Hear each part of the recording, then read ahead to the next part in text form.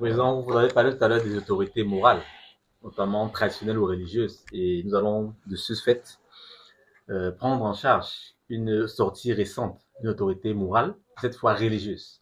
Il s'agit, vous le souvenez peut-être, de l'archevêque métropolitain de Douala, Monseigneur Samuel Cléda, qui a rendu public récemment une lettre pastorale sur le climat social au Cameroun à la veille de l'élection présidentielle de octobre 2025. Dans cette lettre, le prélat prend la peine de faire une sorte d'analyse concrète de la situation politique camerounaise et il dégage 9 mots qui, selon lui, sont les mots qui structurent de manière fondamentale le mal-être camerounais qui semble généralisé dans ses propos. Il parle notamment de la mauvaise gouvernance et de la corruption. Il parle de la démocratie dévoyée.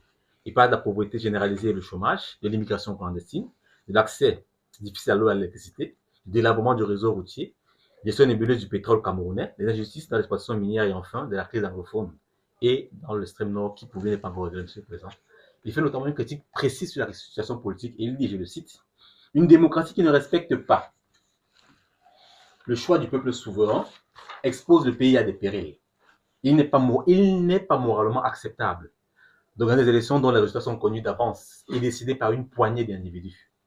Il est moralement inacceptable que l'appellation des candidats aux élections soit entourée de suspicions, de controverses et de manipulations politiques. Il conclut en disant, à la lumière des vertus évangéliques qui animent notre foi en Jésus-Christ, nous constatons tous que notre pays est malade dans tous les domaines. Les dirigeants actuels semblent ne plus savoir quoi faire.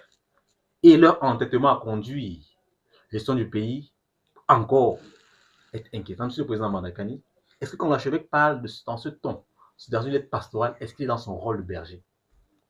Vous appelez qui berger? Monseigneur Cléda, archevêque métropolitain. Il est berger de qui? Des catholiques principalement, mais des chrétiens en général. Non, mettez-le à sa place. Quel chrétien en général? Il est berger des protestants. Vous connaissez combien de divisions il y a dans l'église catholique? Combien de divisions, même seulement, combien de divisions il y a seulement au sein de l'église catholique? Il y a des conservateurs, il y a des libéraux. Rien que les catholiques, il y a beaucoup de branches là-dedans. Hein. Vous connaissez Monseigneur Lefebvre? Non. Il incarne une branche extrêmement traditionnelle dans l'église catholique. Il n'est pas le seul. Il y en a plein de courants chez les catholiques. Il est berger de quoi? C'est le problème qu'on a dans notre pays. C'est-à-dire que M. Cléda, c'est un young leader. Vous connaissez les young leaders? Vous dites qu'un prélat est un young leader. Vous connaissez les young leaders? C'était un groupe constitué par les puissances occidentales. Américains en particulier. Des leaders qu'on fabrique dans des antichambres, les plus noirs, et qu'on place à la tête des pays. La France a créé sa branche. Vous n'êtes pas au courant? La France a créé sa branche depuis le sommet de Montpellier. Elle est très active. Le projet est clair. C'est-à-dire, jeter dans l'arène